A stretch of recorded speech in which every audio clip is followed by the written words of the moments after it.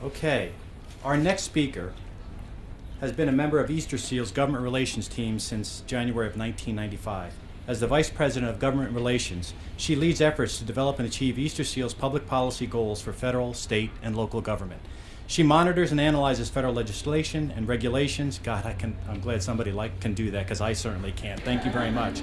And regulations affecting children with disabilities and their families, particularly in the areas of autism, early intervention, early childhood education, special education, and budget and appropriation, which is so critical to where we're headed as an organization. Today she will present some disappointing information, I have to say, about the state of early childhood intervention in the District of Columbia, which emphasizes the need for funding and services right here in our nation's capital. Please join me in welcoming Easter Seal's Vice President of Government Relations, Katy Neas. Thank you.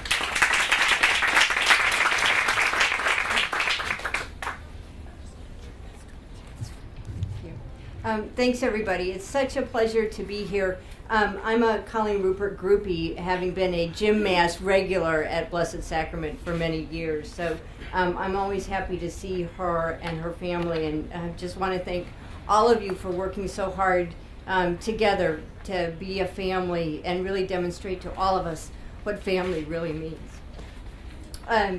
My daughter was here 10 years ago. My daughter doesn't have disabilities, but she learned so much from being at this center.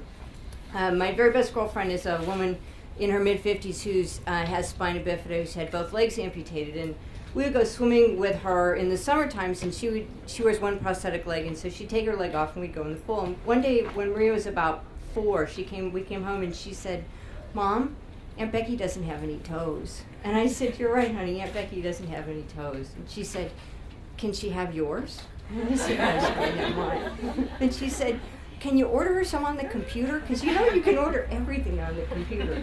But it was that notion of being here and being part of this culture and this community that for her, it took her 4 years of going swimming almost every Saturday with Aunt Becky for her to realize that Aunt Becky didn't have any toes. So I appreciate the sensitivity and new perspective that this place gave her and gave us as a family.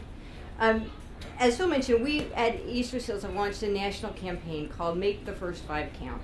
And it is to raise public awareness about why services for young children are so important, and to raise the daunting statistics that every year about 1.5 million kids have a delay that doesn't go addressed, and they go to school without the supports that they need.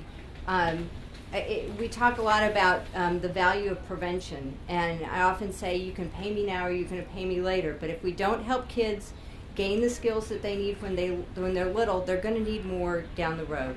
We just see it over and over and over again.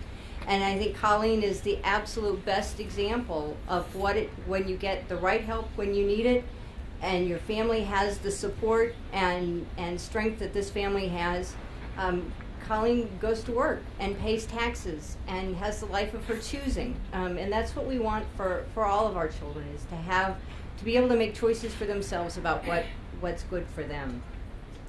With respect to the District of Columbia, I think one of the things that we are frustrated by is that the overwhelming need, and that we not just in Washington but across the country haven't really made the investment in financing the services and supports that these young children need.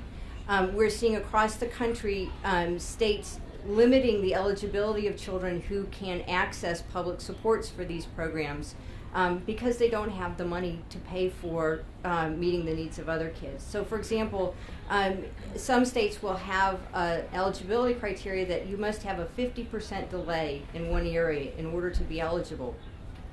We know that kids with mild to moderate disabilities don't meet that criteria, and we know that those kids can absolutely benefit from these services to the point where they will often enter school without needing any supports. But if their families can't access this, or they don't know how to access these services, they show up on the first day of kindergarten with a whole lot of issues that they didn't have to have. And that's what we want to do with this campaign, is to make people understand that we know who these kids are, we know how to find them, we need to get them and their families the help that they need. And it's in our long-term humanity, in the interest of humanity. It's also in the long-term interest of our financial health as a country. I want to recognize Karen McManus, who's here from Congressman Chris Van Hollen's office. Chris Van Hollen, I joke with him that he can give a tour of the Intergenerational Center better than almost any of us who are actually working for Easter Seals. He's been there so many times. But Congressman Van Hollen's been a strong supporter of ours in trying to protect the funding so that even in these very, very challenging financial times, we don't decline, and that we can hold our own and at least serve the kids that we're serving right now, and not being able to, and not have to turn away families. One of my reasons for hope, besides being surrounded by these great families, is I get to work with some people who really care. And in this polarized environment of Washington, it's hard to find them, and it's hard to celebrate them. But I wanted to introduce my friend Alexa Posny, who's the Assistant Secretary for the Office of Special Education and Rehabilitative Services at the U.S. Department of Education. Alexa is someone who really knows the world of special education and what families of children with special needs need. A leader in the state of Kansas, she was able to do in Kansas what no other places were doing in terms of raising expectations for academic achievement for kids with disabilities. Where this afternoon the Senate and committee's voting on a bill that may make it much harder for our kids to demonstrate what they can do. And we are all working very hard to try to make sure the Senate doesn't do the wrong thing, and make it harder for kids to have access to the curriculum that their non-disabled peers have access to. What we need to do is give kids more opportunities to learn. Make the First Five Count gives them the tools they need to be successful when they walk in the first day of school. And Alexa's been a huge partner with us to try to make sure that the needs of kids with disabilities are front and center with this administration and with the public. One other thing that Alexa was very instrumental to doing, at the beginning of the year, the president, every president releases a proposed budget. And for those of us that are wonky geeks, we read this, and we read it very closely, and we wait for it to come out. And this year we got a huge gift.